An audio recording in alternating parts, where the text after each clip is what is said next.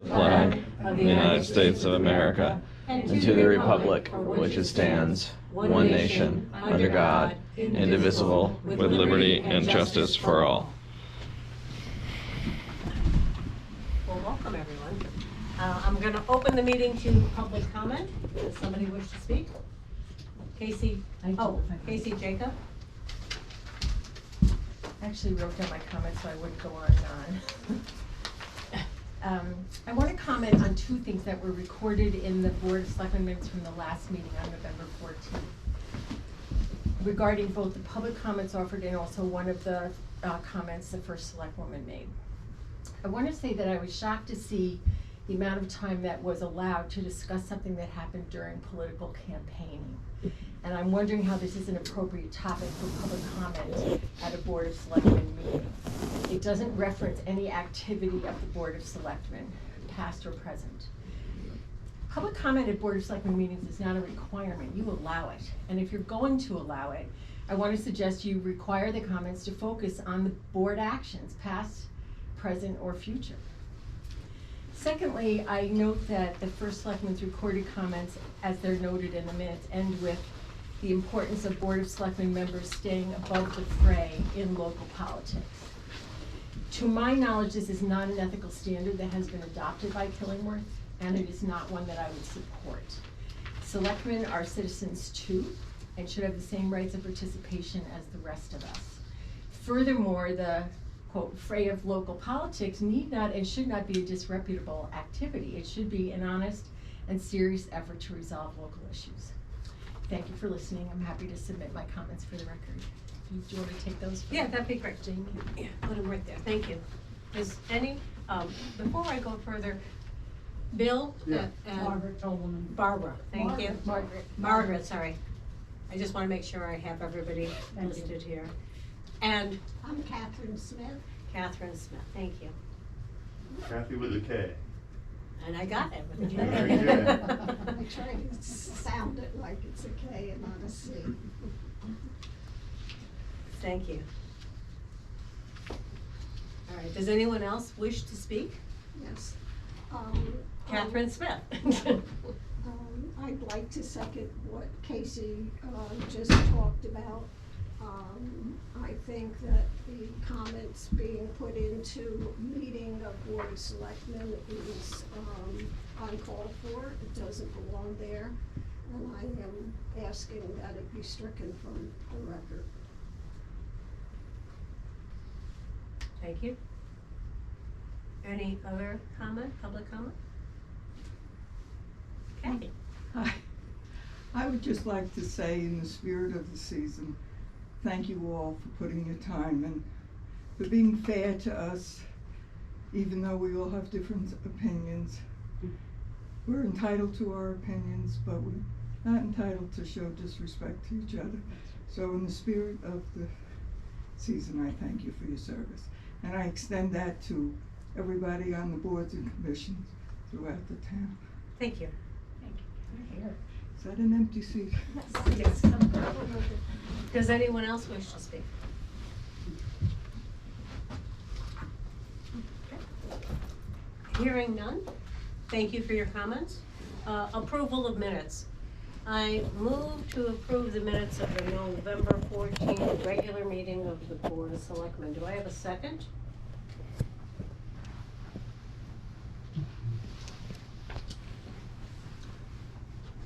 I need to abstain as I was not here.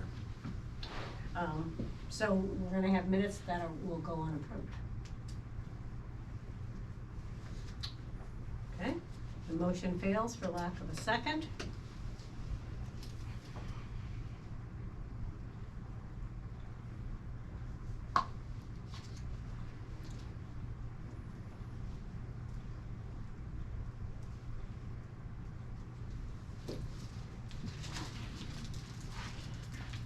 Just for the record, we could approve the minutes with motions and to make sure that the minutes get posted so that people are aware of the other content of the meeting. It's just something to be said for that. All right, I'm gonna move on. Refunds and abatements. Nancy, how, if you got a failed motion, how would you propose that that happen? Well, if we have a failed motion, these minutes will never be approved. When somebody goes to look at these minutes in the website, they're going to be just as they are, but never approved, and you'll never know the difference. Why would they be posted to the website before they're approved? They are typically posted. I can confirm the process. Actually, the process should be that the motions that were made at the meeting go to the town clerk. I think that has to happen within 24 hours. The motions are The there. draft minutes should come to the next Board of Selectmen's meeting for approval, and then, once they are approved, they should be recorded. I gotta confirm with Dawn if she posts just the motions. I'll take that action. Maybe confirm with the town attorney rather than just what's been being done, what should be done, because they're not marked draft ever. We've had this conversation about 6 months ago too. Alright. Refunds and abatements. I move to approve an abatement for William J. Hand for overpayment and allow it to follow its normal course. Do I have a second? Second. Any further discussion? All those in favor say aye. Aye. Motion carries. In terms of appointments, you have packets in your handouts. Just as a reminder, we will need to reappoint members to boards and commissions at our December meeting. And Elizabeth has been reaching out to individuals to see if they're going to still serve. And we still have to fill our fair rent commission. All right. Any other questions about that? Department reports. I don't see Walt here. He was coming in to talk to us about snow, but I can tell you this. He did find somebody to do our shoveling here at the town campus, so that's a positive. One thing I wanted to speak with you about is the contractor pricing for truck and driver contracts. Last year, diesel was $3.71 for a gallon. This year, it's $6.07 per gallon. It's a 64% increase in the cost of diesel. Now, no one has come to us yet, but, one thing I would expect once we have to start seeing them out there, do we want to consider an increase in the truck and driver contractor hourly rate or offer them a fuel surcharge? I mean, this is, there's no change for drivers using our trucks. That's been addressed. These are just contractors using their own trucks. How's the contract written? Is there a contract? They just apply? I don't know how this has been set up. That's a good question. I would hope that there's business terms if we're hiring these folks to do business for the town. And if there are business terms, let's first look at those. And if there is, a fuel adjustment, that's what we've agreed to, and we should, act accordingly. Let me confirm with Walt, because that's something that, Kathy Eno may recall, but I don't ever remember seeing a contractor, a written piece of document. Wow. And You're the even director Russia. of public works, so I think maybe Chuck, right? Well, good thought.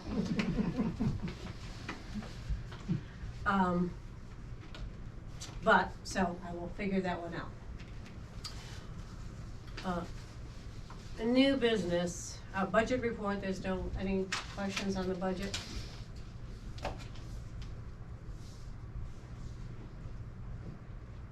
Hearing none. New business, ADA coordinator. I completed a CT-DOT Municipality American with Disabilities Act compliance assessment. With only 21 employees, much of the survey questions did not apply to us.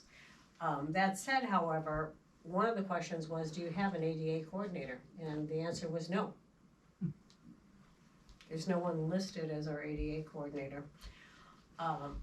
That said, I feel it is important we appoint one and so that we can keep pace with the requirements. My thought would be that the best person to do this would be Gina, based on her pace. What are the responsibilities of the ADA coordinator? The ADA coordinator they accept any complaints or any concerns of whether it be an employee or citizen for access to town properties. Is it addressed, I wonder, in the charter?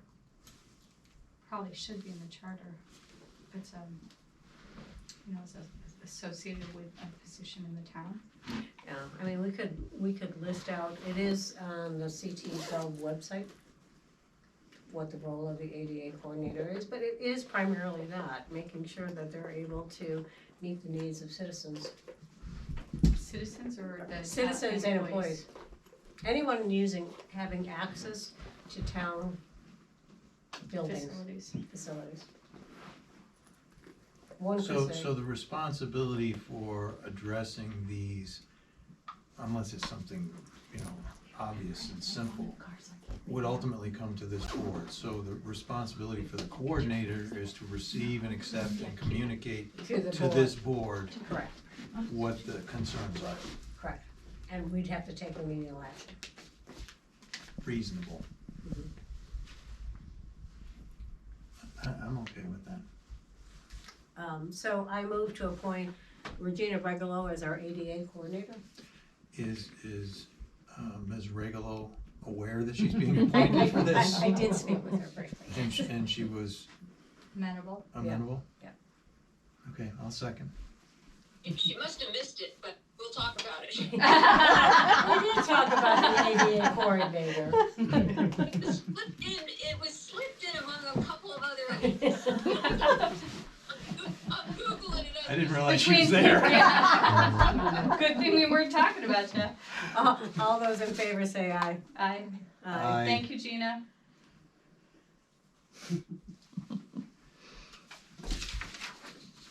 All right, ARPA funds.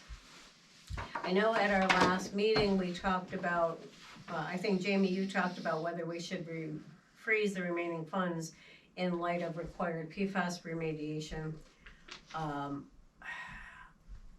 Or whether we just continue to move forward with the recommendations of the Economic Recovery Committee and any recommendations that come forward from the town, from ourselves, as an example.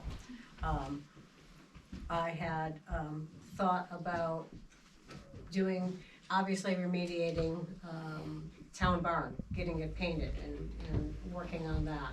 There was some potential for us to move forward with some software requests for the town as well. We don't know what this PFAS remediation is gonna look like. It could be bigger than, we just don't even know where the funds are gonna come from at this point. But in speaking with Gina earlier, we did talk about, her and I spoke about the fact that these ARPA funds are supposed to be coming in and going out.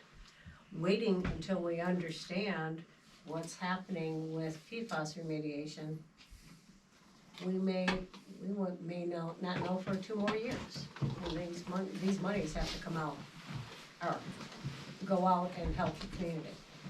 I don't know what your thoughts are, Lou, you're aware of where we're at with the PFAS results. I am. I'm a little reluctant to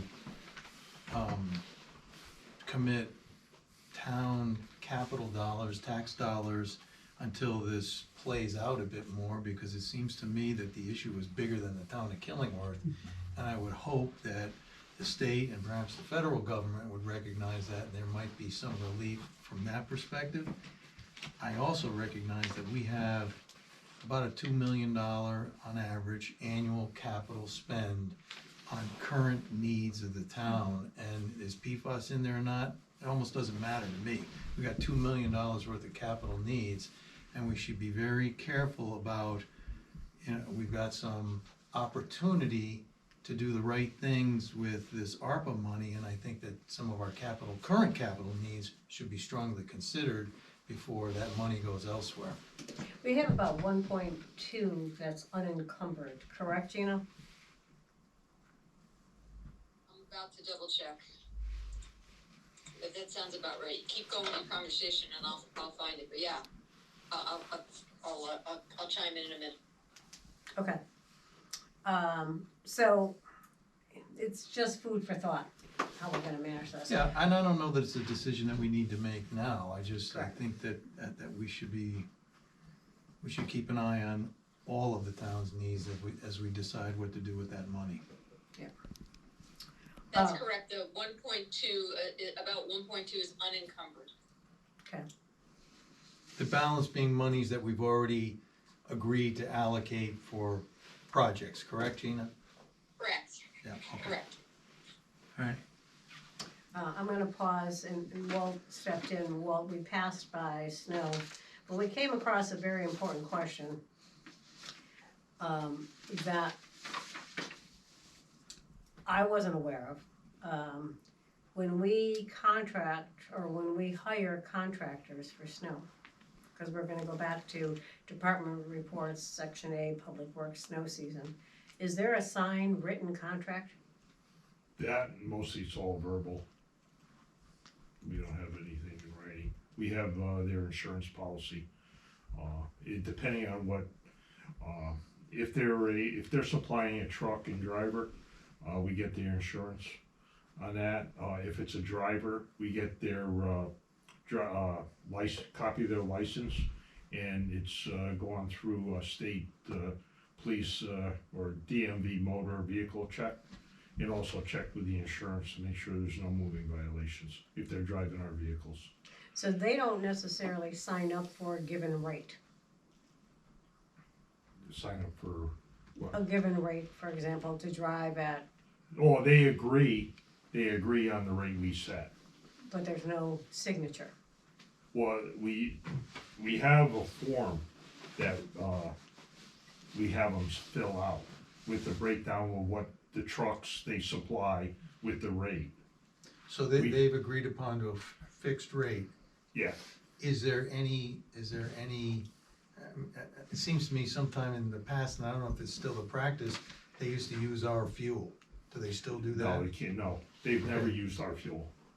The only ones that That's use our. not true. They did, well, I've been a selectman.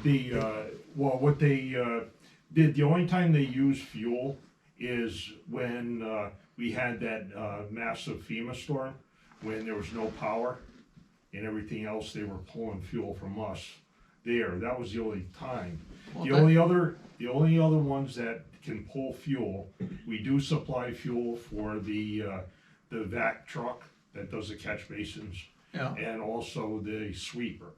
That I already checked through Department of Internal Revenue, because who we can supply fuel and who we can't.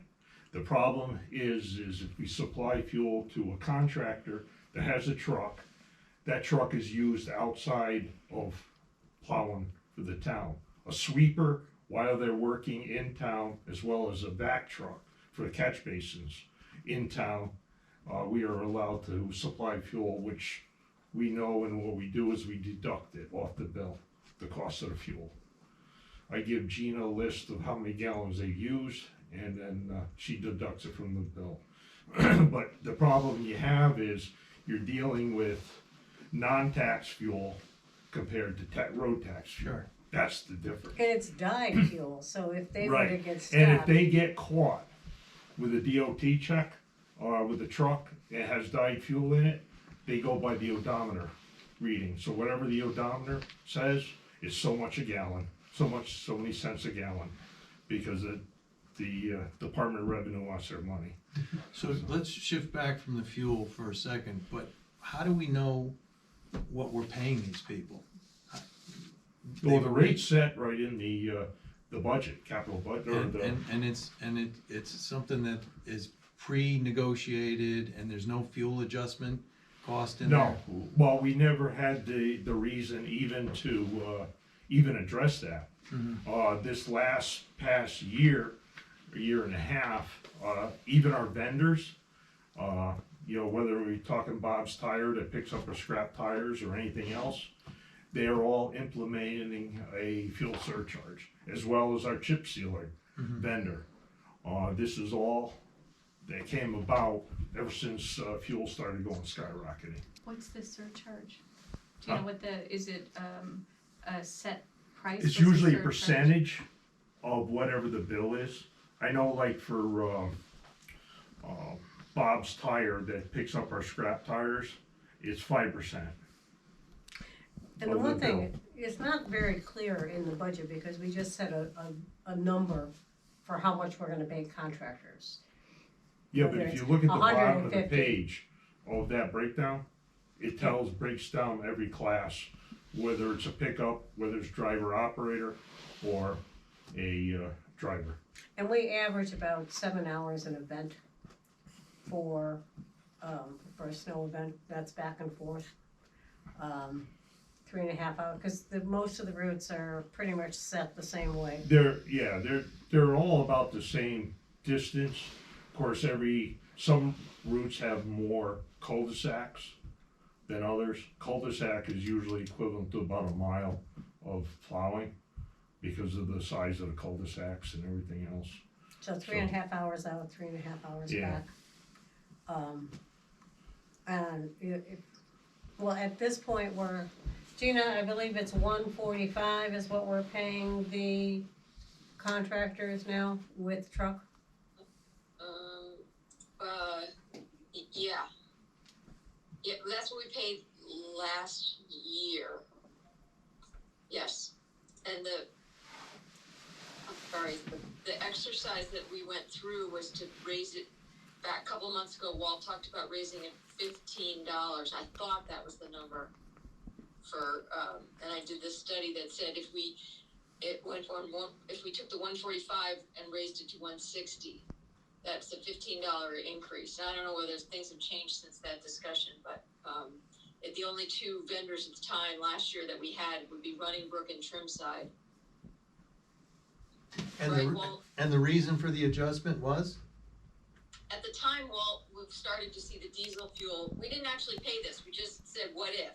What if next year we had the exact same number of events and they fell on the exact same days, and what would the impact of a $15 an hour increase be for the folks that drove their own vehicles? And that netted out to a little over $11,000. But again, I mean, when's it going to snow? Is it going to snow? But that was the best study that I could come up with. What if we took a look at last year and applied this potential change? Is that the number we're still considering, the 15? I think we're considering what we have contracted for. At least that's where I'm sitting. If we've got $145 an hour or whatever that we said the number was, that's what our agreement is. If the contractors come back and say, we'd like to consider an adjustment, I think then we go through the exercise and have them explain to us why it should be whatever it should be. $15 seems somewhat arbitrary to me. Right, I already had the vendors come to me and they asked me what's the town going to do as far as the fuel adjustment cost. So, and I said, well, I can't give you an answer, and that's when I spoke with Nancy and told the concerns of the vendors coming forward. Because we're actually very lucky in this town. I was talking to a guy that plows for Meriden, the city of Meriden, and right now they're paying $250 to $275 an hour. We're $145. City of Middletown is $240 an hour. So we're at least $100 less than everybody else. They're also The going state around is cars. $325 an hour with a $8,000 stipend, which basically that covers their insurance costs, you work against that. We don't basically supply a stipend. I know one of our contractors that no longer plow for us. One year we had hardly any snow, and he lost money because the policy was $7,500 for him to plow for the town. Municipal plowing insurance rates are astronomical. So it's so he actually lost money that year, and he said, I can't afford to keep doing this. I might as well just park the truck. And as far as everybody beating down the door, looking to come plow snow, there ain't nobody there. I got an open thing looking for drivers. I can't even get drivers. I got one kid that's supposed to come see me to plow, but it's I've been spreading the word, everything. I know some towns are stealing trucks from other towns and everything else, but that's, and then of course the state they're already down 300 trucks. So this is the market that I'm competing with, and we're so low on our rate, you know, nobody's gonna jump. If they can make $100 more an hour, you know, why plow for the town of Killingworth? Well, I'm just lucky. And because we don't have them under contract, we've got exposure here. Yeah, we do have exposure. I mean, we really should have a structured contract that they agree to provide this service for this fee. You know, I'm not opposed to having some kind of an escalation piece in it, but that way it's predictable for us. I'm surprised that we don't have that kind of rigor in this program. Well, I mean, you know, like I said, our contractors, you know, have been decent to us.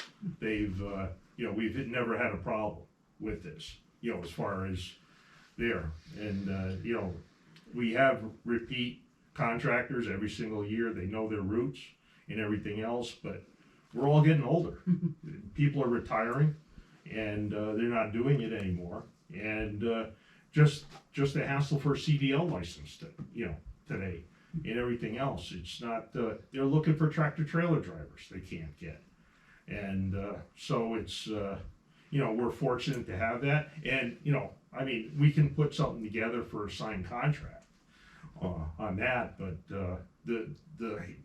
the point really right now at hand is we got fuel prices. The easiest thing would have been to give them fuel, but I can't do that because of the non-tax fuel.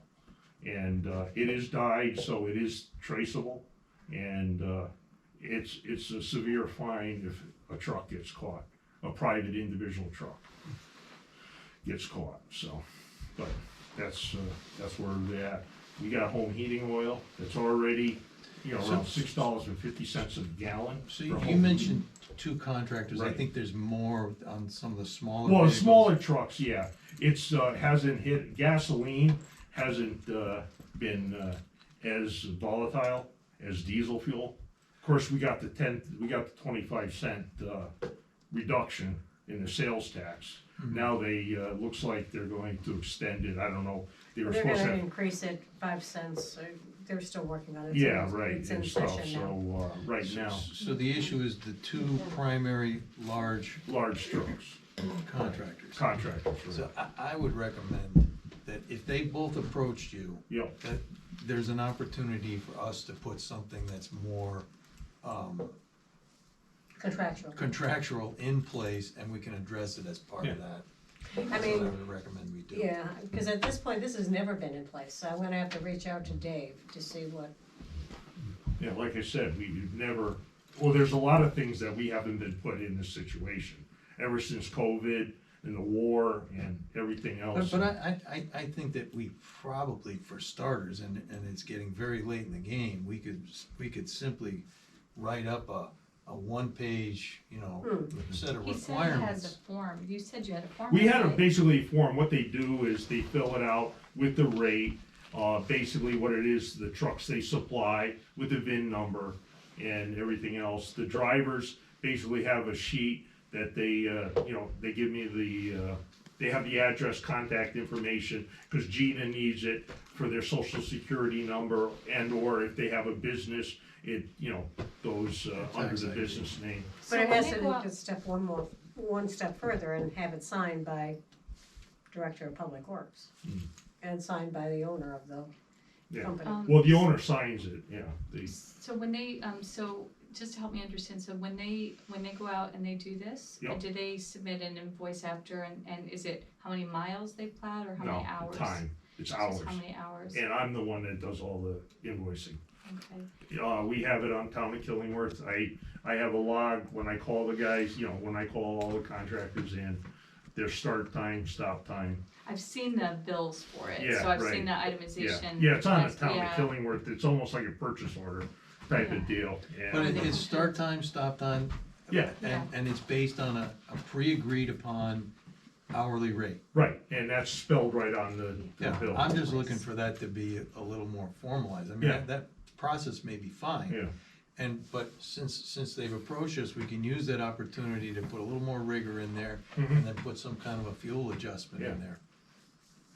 it's I mean, just, And when they it's talk just to, coming up with a figure, that's all. when they talk to you, you said a couple of them talked to you, did they make any suggestions about how much they think, did they give you a percentage or any kind of estimation? No, cause Okay. right, when, this was a few months ago, Okay. when we all When it started was seeing higher. fuel go up, and, we had, projections that diesel fuel is going up to $12 a gallon, or there's gonna be a shortage of diesel fuel, and there's a lot of speculation out there. So basically, this was a floating target, and, they're, as well as themselves on their jobs, they were issuing or initiating, fuel surcharge. So, but, like I said, just, Bob's Tire that takes our scrap tires. We had, we signed a contract with them, so much a tire, but then they implemented, fuel surcharge on there because they can't run their trucks. The same thing with, Comer Contracting that does our chip sealing. They also had to impose a, fuel surcharge. So the fuel surcharge, I think you said for the tire fellow was 5%? Yeah, it was 5% of the total. I think they're all running around 5%. So if we were So- talking $15 and it's $1.45 an hour, that's more like 10%? So somewhere in between 5 and 10% is Yeah. what it's sounding to me like it's gonna end up to be. Just Let's- from the number yeah. that you've suggested, what's being Yeah. put out there right now, which seems reasonable. Well, the other thing too is you gotta realize, over the road, a truck burning compared to pushing snow, it burns like double the amount of fuel. So you have to take that into consideration, because you're always under power, pushing and stuff, so that's the thing, because I know initially, we're trying to figure out, or I was even trying to hash out in my head, what would be a fair and equitable increase and stuff, and of course, when you got a target that keeps moving and trying to come up with something that's, justified, everybody agrees to and stuff, and that's when Nancy ran the AAA figures, and she came up with a 20-something% or something. They're losing $25. Yeah. Of It's, that $145, $25 is Yeah. is coming out of their pockets, so right now, they're only making $120 an hour because They- of the impact of the gas price. Then you put, between, registration, which they all have, but you have, also, the, cost of insurance. Because there is additional insurance to plow for a municipality. It's not the same as a regular homeowner's type And to of deal. maintain the CDL license. Well, if they have a truck that's over CDL, over 26,000. Have we checked for, I don't know if it makes sense to check with CCM or cost to see what other towns are doing, so that we're at least in line with it. I don't know that we would be the same as Middletown and Meriden, but other small towns, to see if what they're doing in terms Well, of raising their prices. Yes, some of the towns that near like Haddam and everything else, they have enough public works crews, That's where so we're they going don't. to. And that's where Madison's the same way, Clinton's the same way. How about Durham? Durham is the same way, they have, enough Sufficient help to man all their trucks, so. What's left out there, Granby and, It's, Modus. yeah, the only other one, that I know of, that used to do was East Haddam. I don't know if they still do, I haven't reached out to East Haddam, but they were right up there, were around the $200 mark for quite a while and stuff, so, we are, even if you, let's say you did a 20 or 25, whatever, percent, we're well under anybody else that, is, doing it. Are The- most of our drivers living in town or nearby? Yeah, Yeah. that's one. Well, that's of an the- advantage to them. Well, that's Right, yeah. for, right, that's an advantage, having them close at the response time and everything else. And that's a lot of reasons why they plow for Killingworth, because it is close to home and they don't have to travel. But it's, but it comes down to economics too. It gets to the point where whether or not, because a lot of them will decide, you know what, I'm just gonna park the truck. It doesn't even pay me to start the truck, and it's not cheap to run a truck. This also may be right for regionalization. If Haddam has enough guys, if Madison has enough guys, you reach out to the other towns and see if we could make an arrangement for them to help here too. I don't know. I don't know. This is a, this is. Yeah. this is I don't know what we how do. that's they gonna can work, do right because now, they're, right? they're We can- scrambling we're to get making their do with roads what we plowed have. too. But, So you know, it's- here it is, it's December 1st knocking on our door. This is a better discussion for spring. But let's see what we can do to put more process and more rigor around this. And I'll see what I can find out about costs from other towns that actually do contract trucks that are similar to us. That's a small data point in a much bigger picture. Yeah. We really need to look at what's the total cost of snow management, period, and, you know, look at maybe dollars per mile maintained, and how do we stack up, whether we insource it, outsource it, whatever. I mean, that's the true benchmark. Yeah. And we may very well be best practice. Which is terrific going into budget season, but it could snow in 3 weeks, Right. right? So I think I'm not it's a terrific saying that idea. we're in So- good shape, So I but- think, right. I think Don't, we need to Jamie, tighten up- don't jinx me, don't jinx me. I think we need to tighten up Yeah, I our agree. business structure. I agree, Yes. yeah. But I'm saying that our practice may not be the wrong model. No, you're right, I think you're right. So, I did an analysis, quite a few years ago. I'll have to see if I can find it. I broke down, I compared Haddam's cost per mile, compared to our cost per mile. For And, snow? If I remember, For snow removal? Snow, yeah. Oh, sorry. What I did was I took the, total, snow budget that they had and we had. I took the number of miles of road and the approximately hours worked, and I ran the numbers, and we were far under even Haddam's numbers. So But that's kind of it's, what you're aiming for. but, you know, like I said, that was done, and nothing's really changed, on there. I'm, you know, we're not, it's not like we're, overpricing or overpaying our, contractors.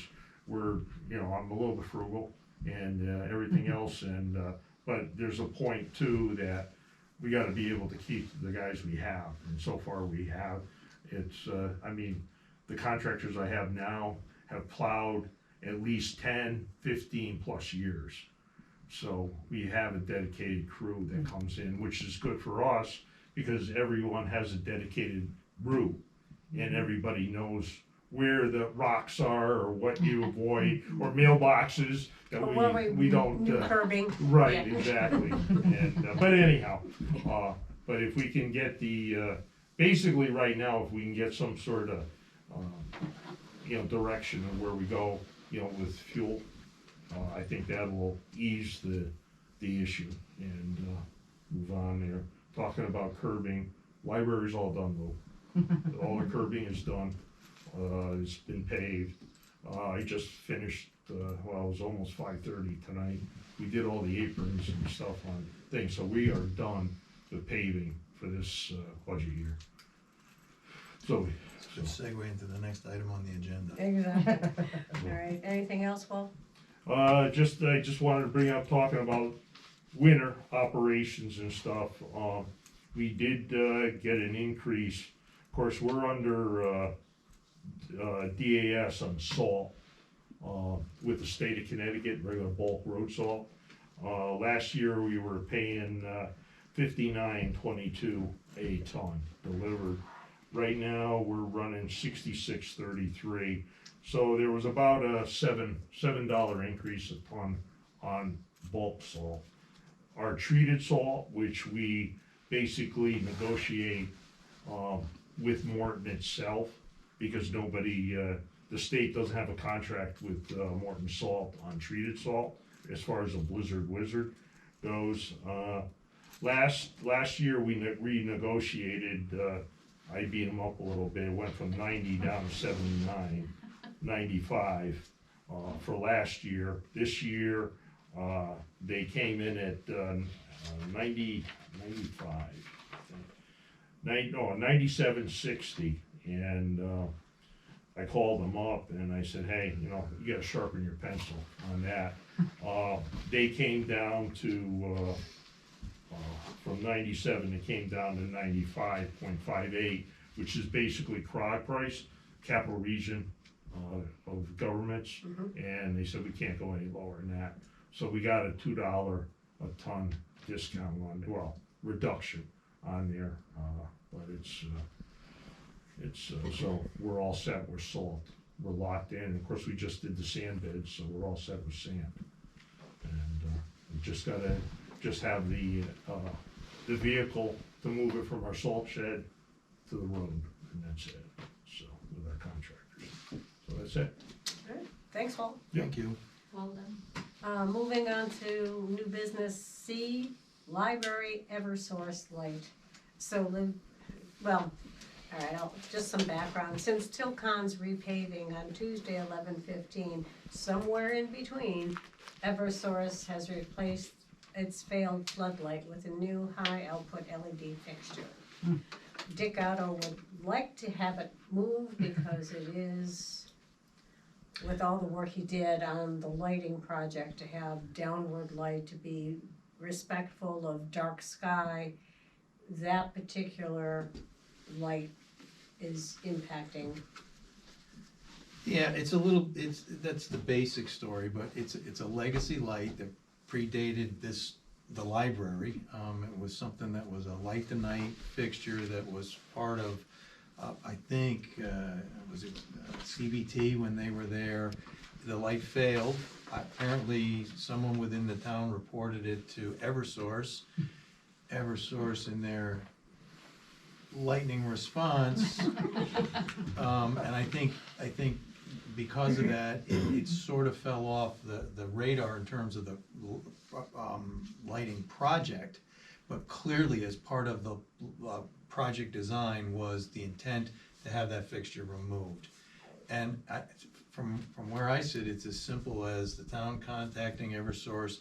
I'm sure that we're paying a bill, either we are directly or the library, for a light the night fixture. We simply call them up and say, remove the fixture. It may take the same amount of time to get it out of there, but I would suggest that we remove the fixture. It's redundant, and it's a cost saving at the end of the day, so. Okay.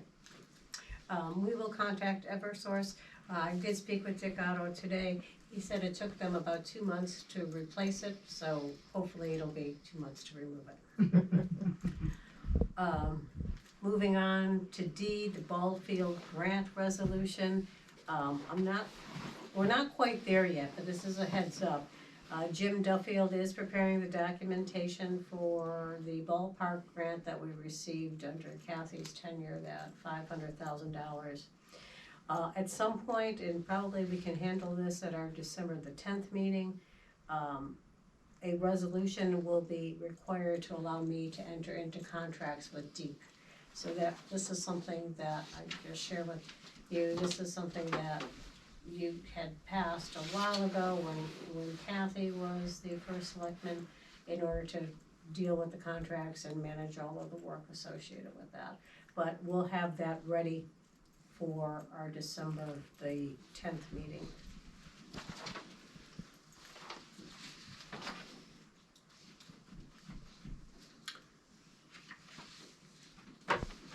I'm gonna move on to, are any questions on that, Jamie Erlin?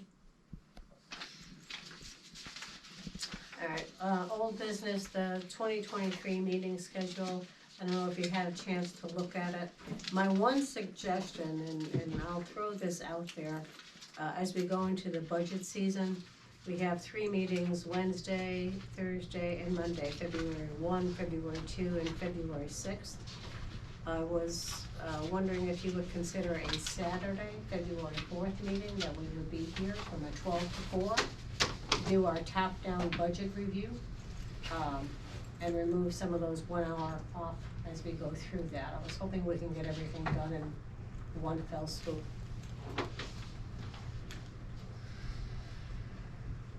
And then move on to our, decide there, do our top-down budget review and decide there whom we want to invite to what meetings afterwards. Let me back up. You were talking about, you said December 10th, I think 2 or 3 times just a moment ago. For the next meeting, it's actually Monday, December 12th. Sorry, thank you.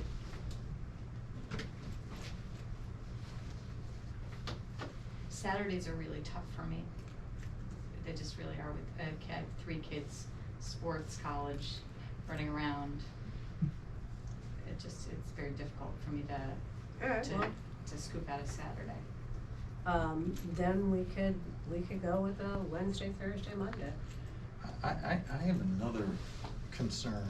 I agree, I would prefer to avoid a Saturday. I will say, and I'm sure Jamie, I'm sure I speak for you as well, but speak up if not. We will do what we need to do, but I think that we need to be efficient with our time. I would like to recommend that we reduce the number of meetings here to the regularly scheduled selectmen's meetings, and that we schedule these budget meetings as special meetings as needed. And the reason I'm emphasizing that is that we had a lot of extra agenda items added at the 11th hour last year because they were scheduled selectmen's meetings as opposed to special meetings, and I very much would like to avoid that. And so that would be my recommendation. I concur. I think when we're adding things to the agenda that are not related to the budget, it doesn't allow the public to participate. So I agree. All right, well that makes sense. What we can do is take all of these budget meetings out, the 6 p.m. meetings, and just go to our regular meeting schedule, and then I think if we schedule special meetings as needed to address that, I promise you that I will do whatever is necessary to get us through that. I just think it opens up the door for things that are not part of that process. Yeah, I mean, here you could see, we've got so many, 1, 2, 3, 4, 5, 6, 7, 8 meetings that are budget meetings. And I would also encourage you, Nancy, to take the first cut at this budget. You're the chief executive. Take the first cut along with the director of finance to frame out what you think is a reasonable budget that's saleable, and we can then, I think, address the adjustments within that context. I think is a better use of all of our time. Okay. I'd also like to ask that when these get scheduled, and when we're looking at these dates for potential special meetings, I'm going to guess that the firemen and those folks get scheduled earlier because they came in late last year, and I think it dragged out their issues. They came in after we were done with most of our work. I don't know, there was a number of, and I don't remember what they all were, but there were several, well, I do. But they came in at the very end, and we were done with most of our work by the time some of these folks, I think the library came in late last year, right? And we were pretty much done with the budget at that point, and maybe, they're. Well, we got done, actually, we were done early. We were done early, even after having spoken to various groups, so, but I certainly can start that discussion with the big groups as well. I think the bottom line from where I sit, and maybe there's something out there that I'm not seeing, but I'm hoping that we're basically seeing when I say a flat budget, I'm not talking the absolute value. I'm saying that our business of running this town has not dramatically changed. And so the budget shouldn't dramatically change, and so There's no ahas. That's my point. A lot of the big expenses were picked up with ARPA funds this year that would have come in as new expenses. Well, and yeah, so any of our capital was picked up by ARPA, so. But it shouldn't change, so let's go through that. I'll reduce this down to our regular meetings and we'll do budget meetings as special. Thank you for taking the time to lay that all out. Yeah. Thank you. Okay. Moving on to new business, B, town-owned properties. There were, if you recall, there were 2 town properties, that we were asked to look at. We went into executive session. We had abutters come to me and were interested in purchasing those properties. And then we also decided, well, if we're looking at town-owned properties, let's also look at the Pesapane property for an appraisal. So I did receive an estimate of $1,200 from Buckley Appraisal. That was somebody who was recommended to me from Mike Beckich. And to appraise the 3 town properties. I talked to Gina about this, and for that $1,200, we could use the operating line item, Selectman's Office Expense Other, to pay for that. Because there's no real line item for these appraisals. And then we can, there's a budget number of $860 there. This is a little over that, but we can clean that up as we go through the process. Did you have anything else allotted for that money that you needed? Not offhand. And this seems pretty important to move this forward. So, I move to allow the town to expend $1,200 from Selectman's Office Expense to appraise the 3 town properties. Second it. Discussion. Yeah. The Pesapane property, what were the other 2? 2756 on Beaver Dam Road. Okay, that it's little the piece? 2 Beaver Dam Yeah. properties? Yeah, and 660 Route 81. That one's It was landlocked. the landlocked piece that was like up against it. Oh, right. Yeah. Okay, and that's, okay. Yep. All right, all those in favor say aye. Aye. Aye. And then, this is just a heads up, you saw that Madison Police Department, Peggy Lyons reached out to me, to talk about regionalization of police services. I know we've gone through this several times in the past. I will set up time with her to discuss what they're looking at from a cost perspective and get back to you. All right, Selectmen's comments. I just have one, and I would certainly like to commend those folks that spoke tonight, and the public comment. I agree with virtually everything that was said in terms of the way business should be conducted here in this town as neighbors. Kathy, I would like to specifically say thank you, but I would also like to point out that this is more than just a seasonal thing. This is the Of course, this is the but it's the very, time to mention it. I know, but what I wanted to say is that it is the very heart of what makes this country great, and it is the fact that we have civil discourse, but that we reach consensus and we move things forward together.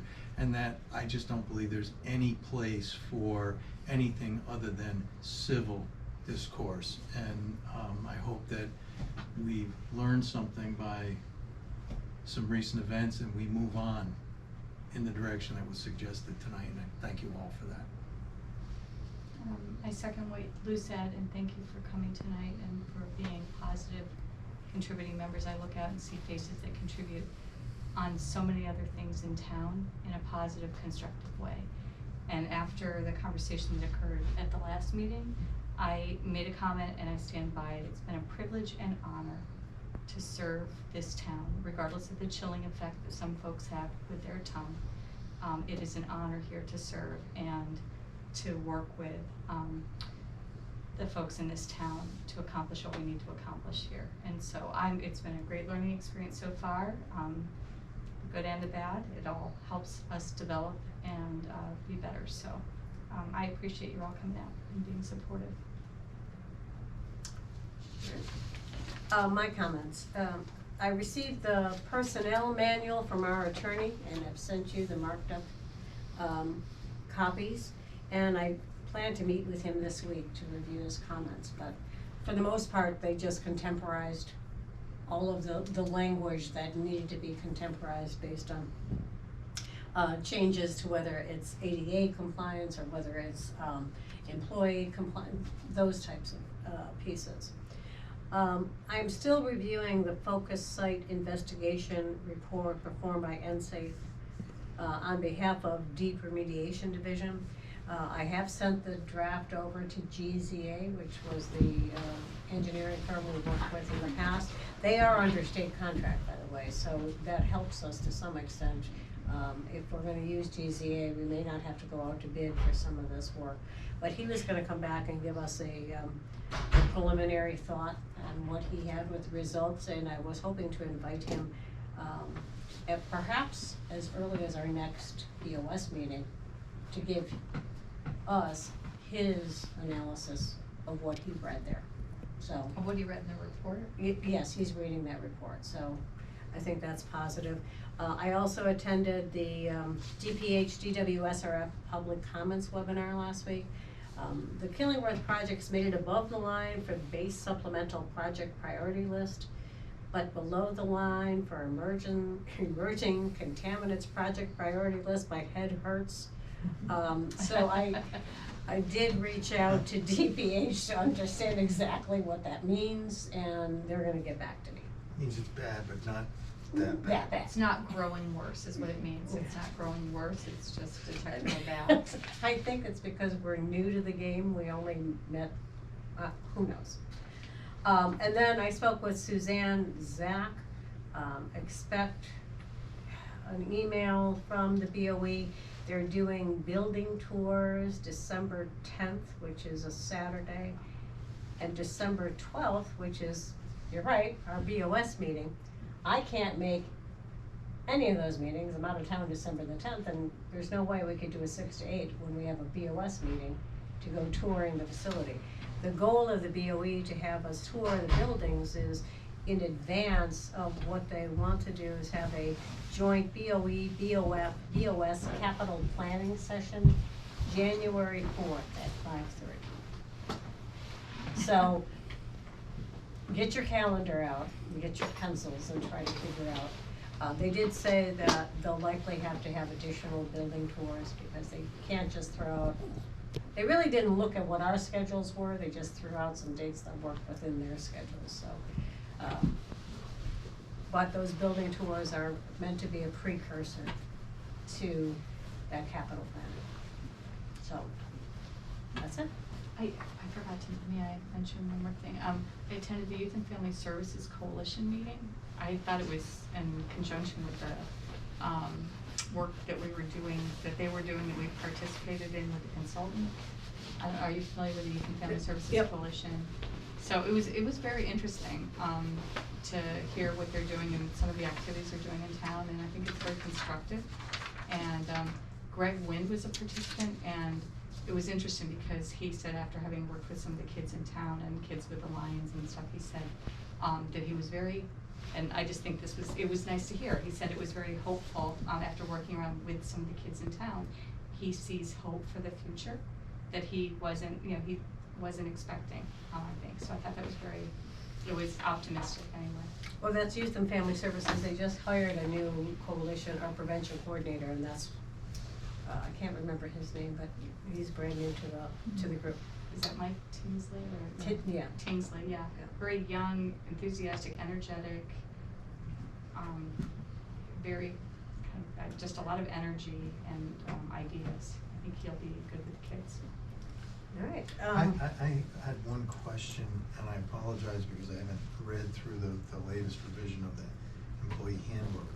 The last discussion, I had raised the issue of the grandfathered, I forget what it is, I think it's the grandfathered.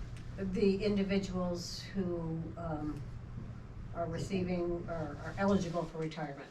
Right, and the recommendation was not to encumber this manual, but to put together separate agreements, and I think there's only 3, Correct. and there may only be 1 left, because I think some of them may have all. 2 left. 2, Gina? 2. 2. So I'm just asking if we are going to pursue that avenue. It seems to me it would be a cleaner way to do it, and I just would like to make sure that those people are addressed as one way or the other, but my preference would be to do an MOA side agreement. Yeah, and Gina, you and I talked about that. I think we should just put that together and then we could take that off of the manual, so it's out Just completely. cleaner, yep. I agree. Okay. All right. I will take a motion to adjourn. It's 8:27. So moved.